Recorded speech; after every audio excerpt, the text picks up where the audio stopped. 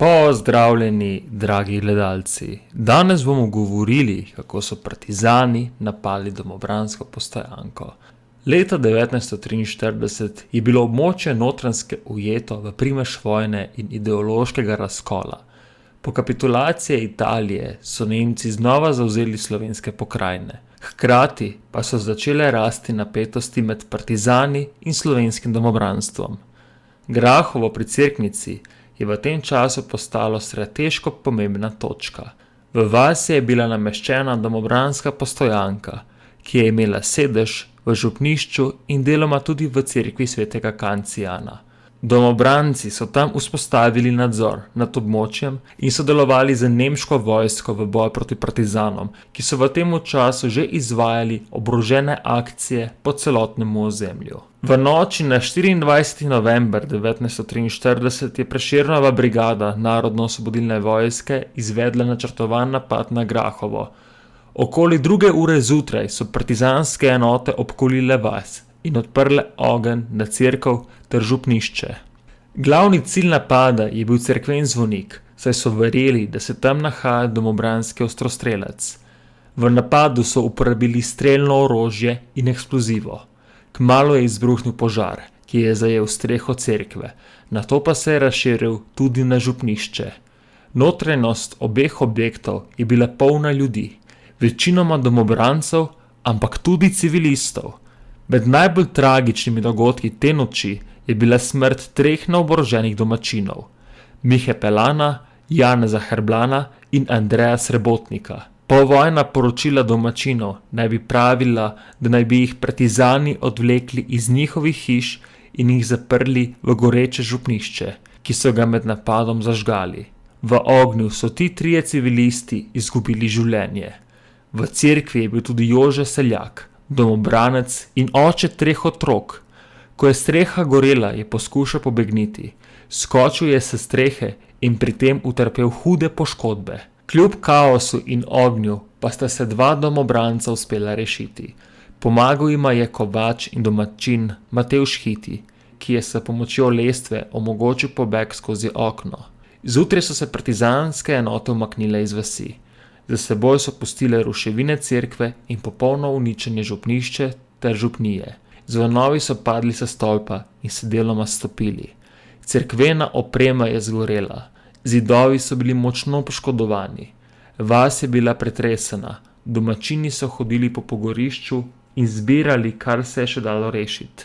Ostanke predmetov, knjige, žgano pohištvo, kovinske dele orožja in ostale cerkvene predmete.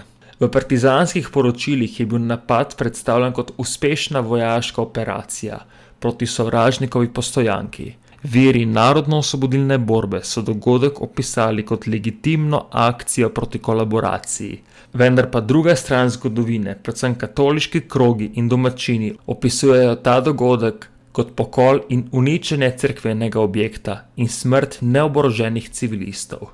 Po njihovem mnenju je šlo za zavestno uničenje krajevnega središča, ki je presegalo vojaške cilje. Številna pričevanja domačinov, zbrana desetletja pozneje, potrjujejo, da cerkev ni bila trdnjava, temveč predvsem zavetišče in da v njej niso bili izključno borci, temveč tudi navadni ljudje, ki niso imeli drugega kraja, kamor bi se umaknili. Eden od simbolov tega dogodka je tudi fotografija avtomobila znamke DKV, ki je pripadal Lojzetu Hrenu. Vozilo je bilo požgano skupaj z župniščem in ostalo v skoraj enakem položaju tudi po koncu vojne. Fotografija tega avtomobila se je ohranila v lokalnih arhivih in danes simbolizira civilno škodo, ki jo je povzročil napad. Poleg cerkve, župnišča in civilnih žrtev je bila uničena tudi kulturna in duhovna dediščina kraja. Po vojni se o napadu na Grahovo dolgo ni govorilo. V času Jugoslavije je bil dogodek zamolčan. Pričevanja niso bila zaželena. Spomeniki niso bili dovoljeni. Žrtve so bile potisnjene v pozabo in šele po osamosvojitvi Slovenije so se začele prve javne omembe dogodka. Zbiranje pričevanj in obujanje spomina.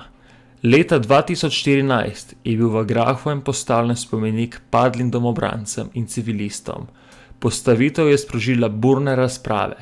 Del politike in javnosti je trdil, da se s tem poveličuje kolaboracija, medtem ko so domačini vztrajali, da gre za izraz pietete do pokojnih. Po njihovem mnenju je bil to nujen korak k priznanju, da so tudi oni izgubili svoje očete, brate, sosede, ne glede na to, na kateri strani so bili. Danes v Grahovem stoji delno obnovljena cerkev, o dogodku se več ne molči. Na voljo so članki, pričevanja, fotografije in študije, ki osvetljujejo napad iz različnih zornih kotov. Številni zgodovinarji opozarjajo, da ne gre za enostransko obsodbo ene ali druge strani, temveč za nujen del nacionalnega spomina. Napad na Grahovo ni bil največji ali najhujši v času vojne, je pa eden tistih, ki kaže, kako hitro lahko vojaški cilji prerastejo v ideološko nasilje. Ta dogodek danes ostaja simbol slovenskega notranjega spopada, kjer so umirali ne le vojaki, temveč tudi civilisti, kjer so gorele ne le stavbe, temveč tudi simboli skupnosti. In prav zato Grahovo ostaja pomembno kot opomin, da vojna vedno prizadene najšibkejše in da mir ni samoumeven, ampak nekaj, kar se gradi tudi skozi spomin. Hvala, da si gledal do konca. Če želiš podpreti moje delo, lahko postaneš član kanala ali doniraš. S tem mi boš pomagal raziskovati zgodovino z še večjo motivacijo. Se vidimo v naslednjem videu. Upam, da vam je bil današnji dokumentarec všeč. Če vam je bil všeč, pritisnite like in se naročite. Hvala in lep dan.